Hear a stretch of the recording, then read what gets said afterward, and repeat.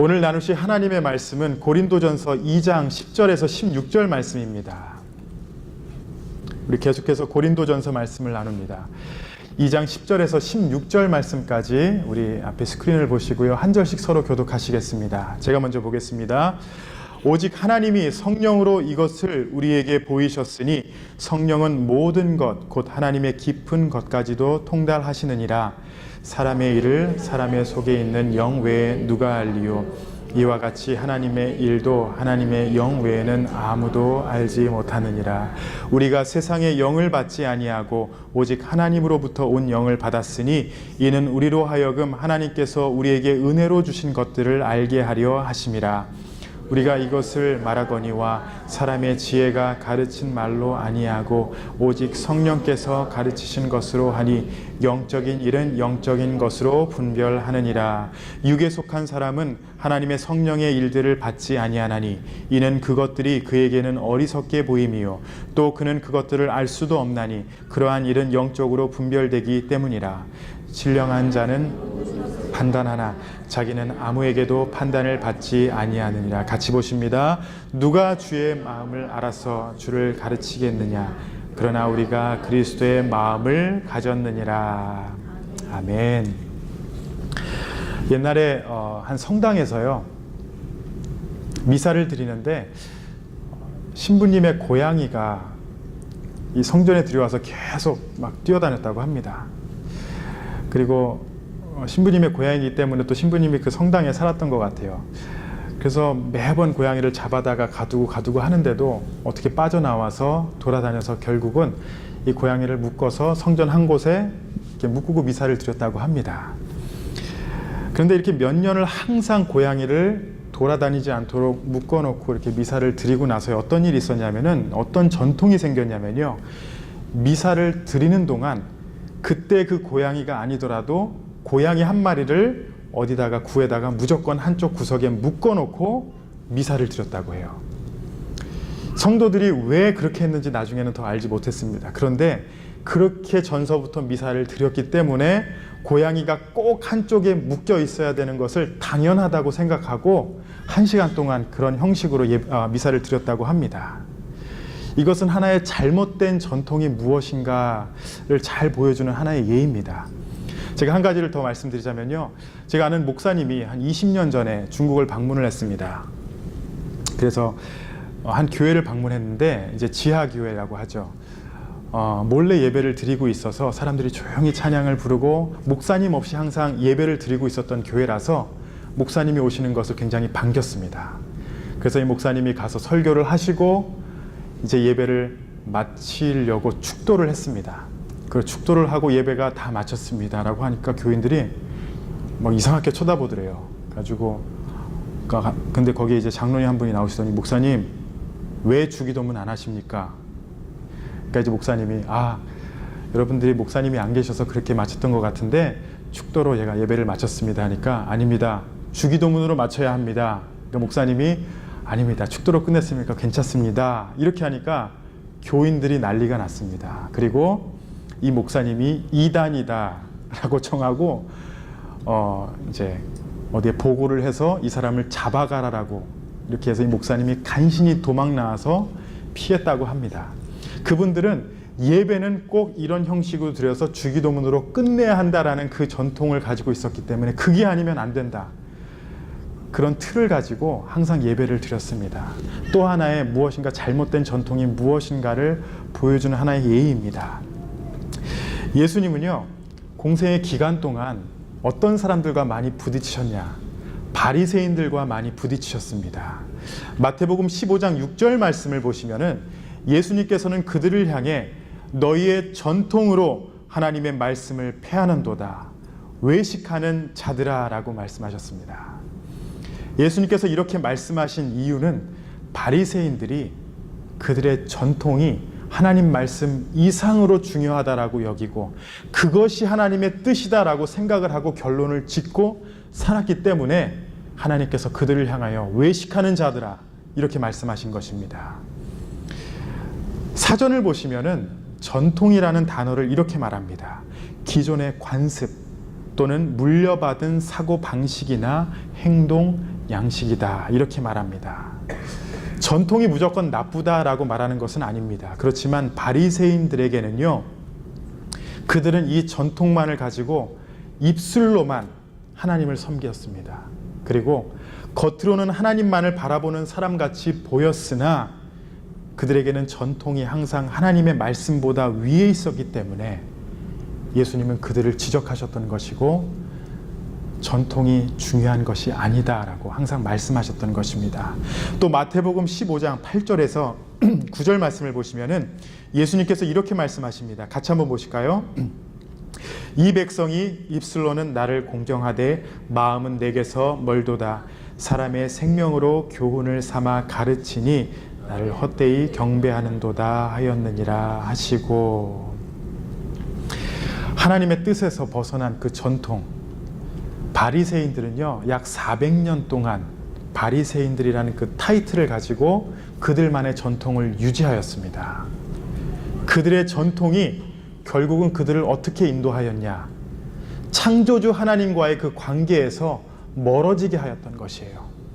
하나님의 말씀을 돌아보지 아니하고 하나님의 말씀을 통하여 그들의 삶이 어떠한가를 돌아보지 아니하고 그들이 세우는 전통과 율법을 통하여 그것만을 지켜나가고 내가 이렇게 행하기만 하면 된다라는 것을 주장하고 살았기 때문에 하나님과의 관계에서 멀어지기 시작한 것입니다.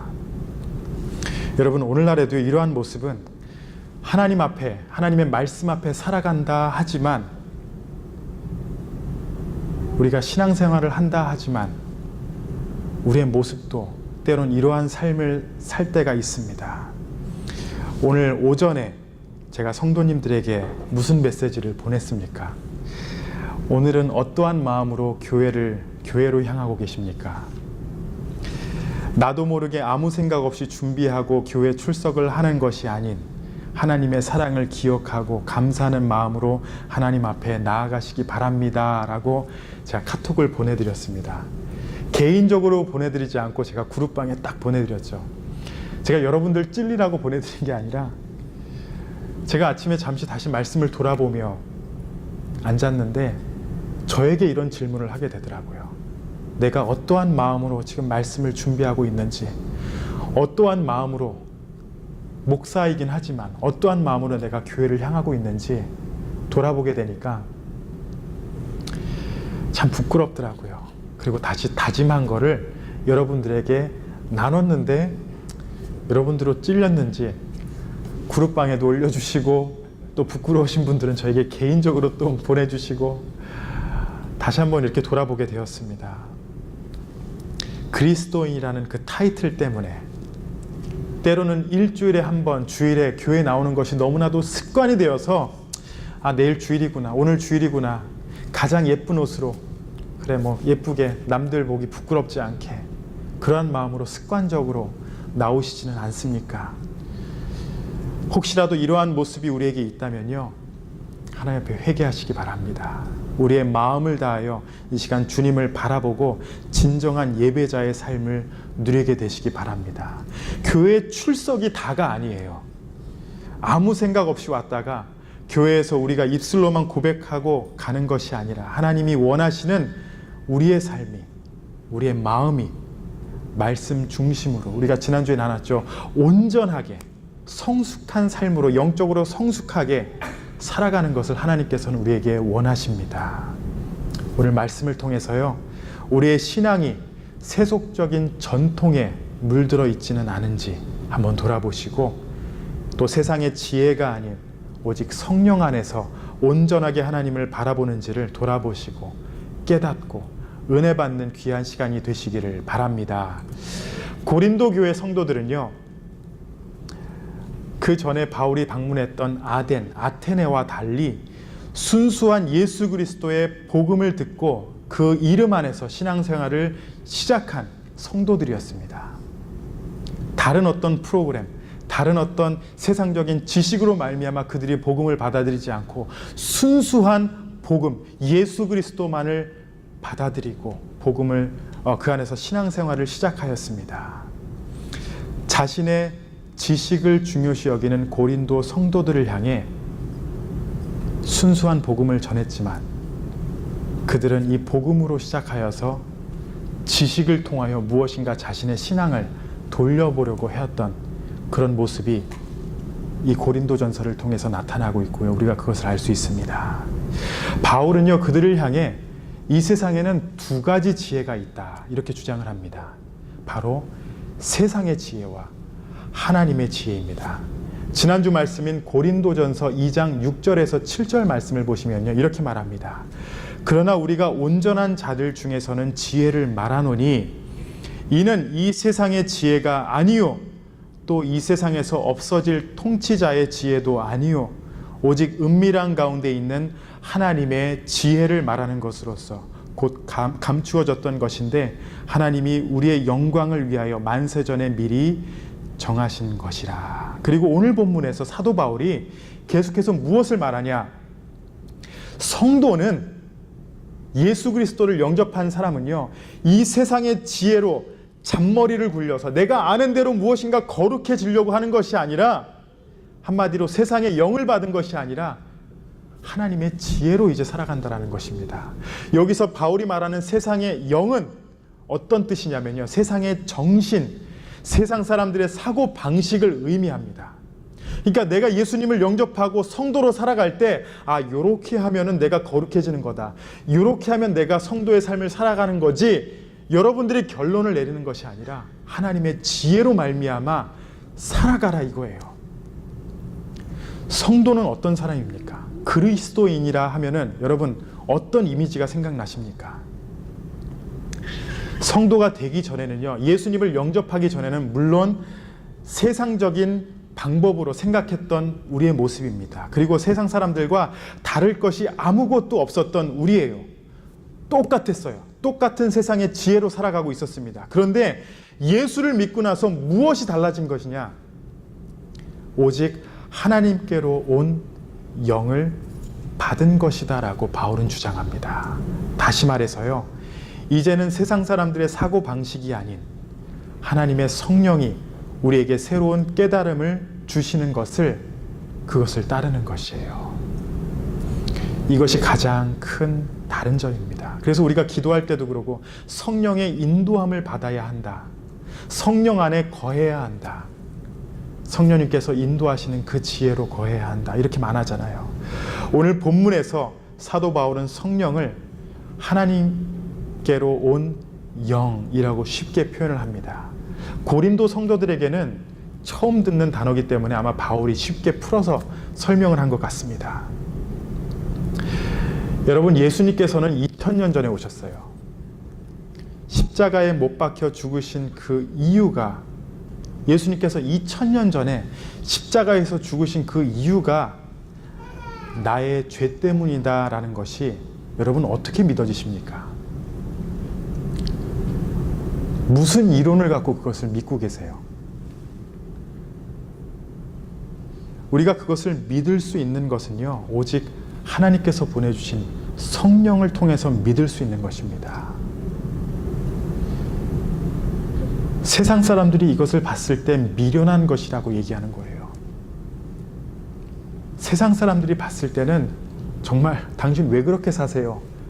예수님과 당신이 무슨 상관이 있습니까? 그런데 우리가 성령 안에서 이것을 깨달을 수 있기 때문에, 그것이 믿어지기 때문에 바로 우리는 예수 그리스도를 주라 고백하고 그것을 믿고 살아가는 것입니다. 오늘 12절 말씀을 보시면은 우리가 세상의 영을 받지 아니하고 오직 하나님으로부터 온 영을 받았으니 이는 우리로 하여금 하나님께서 우리에게 은혜로 주신 것들을 알게 하려 하심이라. 하나님께서 우리에게 은혜로 주신 것을 깨달을 수 있는 방법은 바로 성령을 통해서입니다. 예수님께서 십자가에 못 박히시고 부활하시고 제자들에게 무엇이라고 항상 말씀하셨냐면요, 성령님이 너에게 오실 것이다. 제자들에게 이미 말씀하셨어요. 그리고 사도행전 2장서부터 쭉 보시면은 예수님께서 승천하신 후에 얼마 되지 않아서 제자들이 함께 다락방에 모여서 기도하다가 성령님께서 그들에게 임하시는 그 사건을 우리가 볼 수 있습니다. 하나님의 영이 임하셨어요. 물론 그 전에도 성령님께서 이 땅에서 역사하시고 이 땅에서 안 계셨을 때가 없었습니다. 그런데 예수님께서 모든 사역을 마치시고 승천하신 후에 성령님께서 특별한 일을 시작하셨어요. 그것은 각 사람의 마음에 임하셔서 십자가 위에서 죽으신 예수님과 나의 죄가 어떤 연관이 있는지를 우리에게 깨닫게 하여 주셨던 것입니다. 그것이 무슨 관계가 있는지를 깨닫게 하여 주셨어요. 그래서 우리가 성령 안에서만 이것을 깨달을 수 있는 것입니다. 만약에 성령님이 오시지 않았다면은 아무리 예수님께서 십자가에서 죽으셨다 할지라도 그 사건이 있었을지라도 그게 나의 죄 때문이라는 것을 깨닫지 못했을 것이에요. 여러분 한번 그 당시에 2000년 전에 예수님께서 십자가에 돌아가셨을 때 그것을 바라보던 사람들이 어떤 생각을 가졌는지 여러분 한번 상상해 보시기 바랍니다. 십자가에 달려 죽으신 예수님 앞에 아마 이런 사람들이 있었을 것이에요. 왜 저 사람이 저기서 죽은 것일까? 안타까워, 그냥 안타까워 하는 사람들이 있었을 것입니다. 그리고 어떤 사람들은 이것은 로마인들의 실수야. 유대인들이 정치적인 면에서 저 사람이 살아있으면 자기들이 권력을 내세우지 못하니까 정치 싸움에서 저 사람이 밀린 것이야. 그래서 저기서 죽은 것이야. 그렇게 생각하고 판단하고 또 안타깝게 여겼을 것이에요. 그리고 또 어떤 사람들은 아마 예수란 사람이 우리는 보지 못했지만 무엇인가 죄를 범했을 거야. 실수를 했을 거야. 큰 죄가 있었을 것이야. 그래서 유대인들이 저렇게 반대를 하고 십자가에서 죽은 것이야. 여러 가지 추측을 할 수 있었어요. 그런데 성령이 아니면은 예수님이 돌아가신 것이 바로 내 죄라는 것을 깨달을 수가 없다라는 것입니다. 그런데 같은 십자가의 예수님을 바라보면서 심지어 그 장면을 보지도 못했는데도 그들과 다르게 예수님이 나의 죄를 위하여 죽으셨다라고 우리가 고백할 수 있는 것은요, 바로 성령님 때문입니다. 성령님께서 하나님의 지혜를 통하여 우리가 그것을 깨달을 수 있었기 때문이에요. 우리의 신앙은, 가장 기초적인 이 신앙은요, 바로 이 깨달음으로부터 시작하는 것입니다. 예수님께서 십자가에 못 박히신 것이 바로 나의 죄 때문이다. 이것은 성령께서 우리에게 허락하신 하나님의 지혜이고, 그리고 우리 신앙의 가장 기초적인 것입니다. 여기 모이신 우리 성도님들, 매일 보는 이 십자가는 여러분에게 어떤 의미가 있습니까? 그냥 기독교의 전통을 살려서 앞에 이렇게 걸어놓은 것이 절대 아닙니다.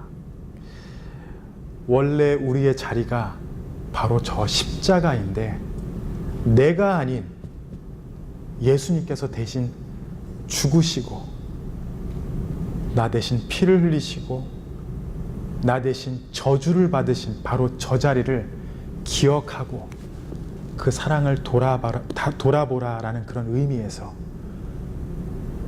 이 십자가를 앞에 걸어놓는 것입니다. 여러분, 이 복음의 메시지를 믿고 확신하신다면 여러분은 성령 안에 거한 사람들입니다. 성령님께서 지금 역사하고 계신 것입니다. 그리고 혹시라도 만약에라도 여러분들께서 내가 죄인인 것과 예수님이 나를 위하여 죽으신 것이 믿겨지지 않으신다면 한번 하나님 앞에 기도하는 가운데 성령 안에서 깨달음을 달라고 기도해 보시기 바랍니다. 분명히 하나님은 우리의 삶에 역사하시고 성령님을 통해서 여러분들이 이 놀라운 깨달음을 여러분들에게 허락하여 주실 줄로 믿습니다. 아멘. 두 번째로요, 보고 믿는 자가 있고 또 보지 않고 믿는 자가 있습니다. 2000년 전 과거에는 예수님께서 육체로 나타나셔서 약 33년간 이 땅에서 사시던 때가 있었습니다. 만약에 내가 그때 살았더라면 예수님을 더 잘 믿었을 거야. 예수님을 직접 목격했더라면 나는 정말 더 신실한 크리스찬이 됐었을 거야 라고 생각하신다면 여러분, 착각이십니다. 절대 그렇게 할 수가 없어요. 예수님의 제자였던 베드로를 한번 보세요. 3년간 예수님과 동행하였고요. 그의 입술을 통하여 주는 그리스도이시요 살아계신 하나님의 아들입니다 라는 그런 놀라운 고백을 했어요. 그는 예수님이 베푸신 모든 기적을 보았습니다. 예수님께서 잡혀가시고 십자가에 못 박히시고 부활하시고 승천하신 모든 것을 봤어요. 그런데 막상 그는 예수님께서 안 계실 때 마가의 다락방에서 성령을 받은 후에야, 그때야 비로소 참된 제자의 모습으로 살아가게 됩니다. 그는 성령을 통해서 하나님의 뜻을 온전히 깨닫고 그때서부터 하나님의 온전한 도구로 사용이 됩니다. 또 다른 제자를 한번 보시면 도마 잘 아시죠? 도마. 부활하신 예수님이 사람들에게 나타났다라고 했을 때에 도마는 믿지 않았어요. 그리고 요한복음 20장을 보시면요, 도마가 무엇이라 고백하고 또 예수님과 어떠한 대화를 나눴는지 20장 25절부터 보시면요, 이렇게 고백합니다. 이런 대화가 있었어요.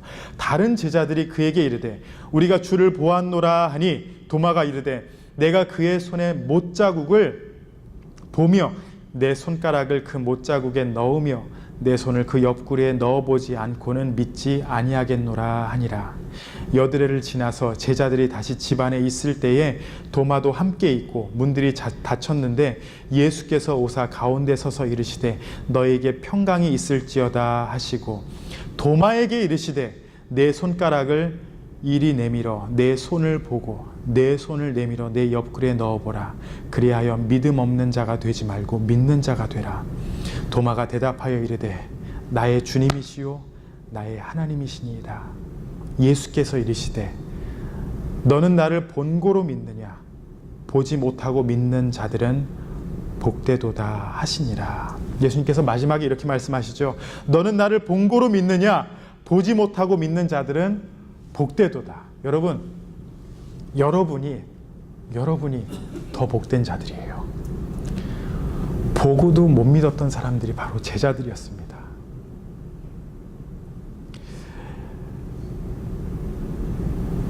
이렇게 베드로와 같이 예수님을 보고 믿기 시작하면서 후에 성령 안에 거하여서 귀하게 도구로 사용받은 사람이 있는가 하면, 그때 초대교회 당시에 예수님을 보지 못하고 믿고 크게 도구로 사용되었던 사람들이 있었습니다. 그 중에 대표적인 인물이 바로 이 고린도전서의 저자인 사도 바울입니다. 바울은 예수님과 직접 동행한 적도 없었고요. 예수님을 만나서 기적을 본 적도 없었습니다. 그는 온전히 성령의 감화로 신약 성경의 많은 책을 기록하고 하나님 앞에 귀하게 도구로 사용되었습니다. 어떻게 그것이 가능하였냐? 성령께서 인도하셨기 때문입니다. 요한복음 16장 12절 13절에서 예수님께서 이렇게 말씀하십니다. 내가 아직도 너에게 이를 것이 많으나 지금은 너희가 감당하지 못하리라. 그러나 진리의 성령이 오시면 그가 너희를 모든 진리 가운데로 인도하시리니. 사도 바울처럼 우리에게도 이러한 귀한 삶을 허락하셨어요. 성령을 통해 진리 안에 거하는 것입니다. 말씀을 통해 여러분들이 그 진리를 듣고 성령님께서 여러분의 삶에 역사하셔서 여러분들이 예수를 주라 고백하고 이 신앙 안에 살아가고 있는 것이에요.